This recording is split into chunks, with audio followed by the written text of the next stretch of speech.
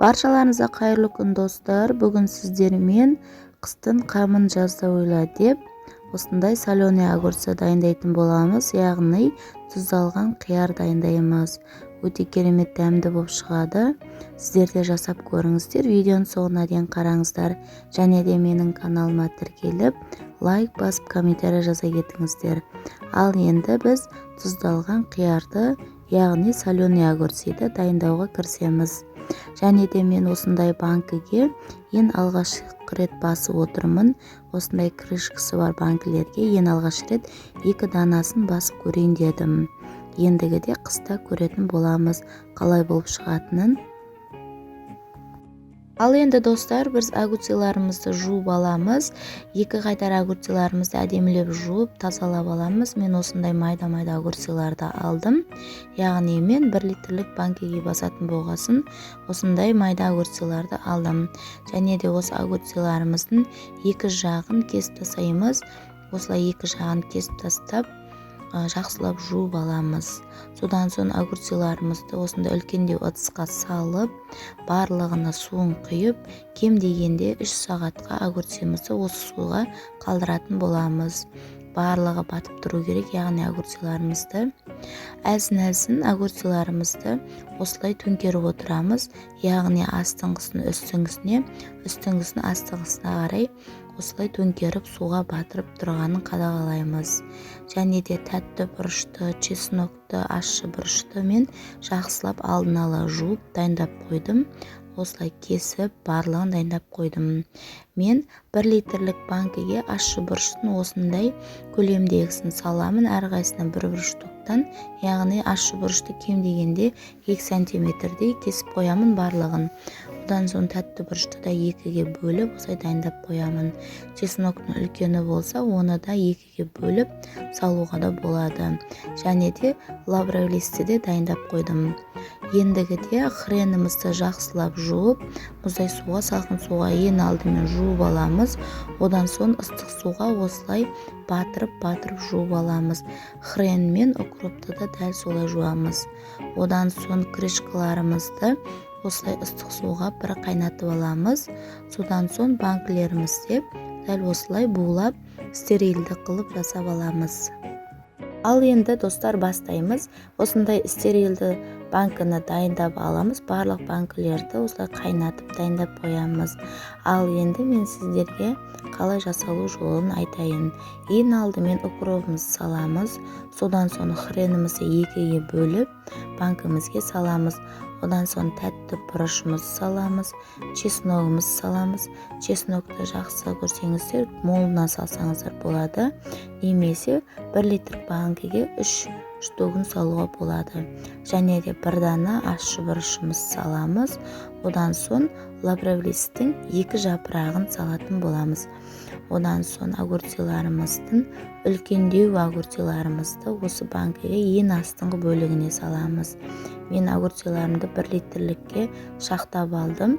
Үлкендеу огурцыларды осының банкіміздің орта жағына салып, осы видеода көрсетілгендей жасасаңыздар болады. Осылай қатар-қатарынан огурцыларымызды астыңғы бөлігіне салып шығамыз. Барлығын нығыздап салуымыз қажет огурцыларды. Осы астыңғы бөлігіне төңкеріп ұзыннан саламыз. Ал үстіңгі ортаңғы бөліктеріне осындай майда огурцыларды салып, қырынан, жалпағынан салсақ та болады. Яғни осы банкімізге огурцы молынан кету қажет. Мінекей достар, дәл осылай тез салып шығатын боламыз. Енді стерилді крышкамызды әзірге жауып қоя тұрамыз. Барлық банкілерімізді дәл осылай дайындайтын боламыз. Ендігіде банкімізді көрсетейін. Осындай стерилді банкімізге ең алдымен укропымызды саламыз. Одан соң хренімізді саламыз. Хреннің осындай таяқша жағын және жапырақ жағын бірдей салуға болады. Өткені таяқша жағы осы огурцыларымызды қысқа дейін қытырлақ қылып тұрады. Әдемі күтірлек огурцы болып шығады. Осындай таяқшасымен бірге саламыз. Одан соң укропымызды саламыз. Содан соң тәтті бұрышымызды және де ащы бұрыштың 1 штугын ғана саламыз.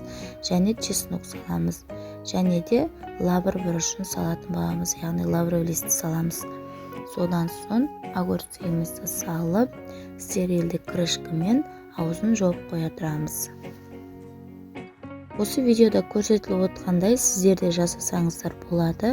Қатар-қатар дәл осылай жасасаңыздар, сіздердің огурцыларыңыз әдемі болып шығады. Қысқа дейін әдемі атылмай, әдемі дәмді болып шығады. Видеода көрсетілгендей сіздерде жасаңыздар.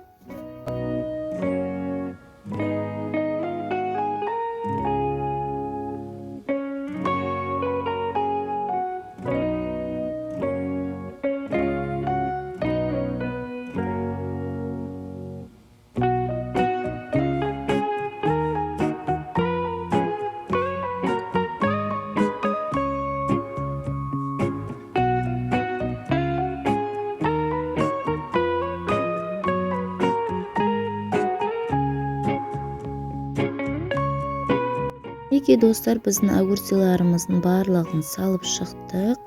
Кем дегенде менде 25 1 литрлік огурцы банкі шықты. Енді осы огурцыларға ең алғашқы ыстық суымызды, яғни бірінші рет ыстық суымызды құйып отырмыз. Барлығына осылай ыстық суды құйып шығамыз. Кем дегенде 1 сағатқа қойып қоямыз. 1 сағат өткеннен соң осы суымызды төгіп тастайтын боламыз. Барлық банкідегі сулардың барлығын төгіп тастаймыз.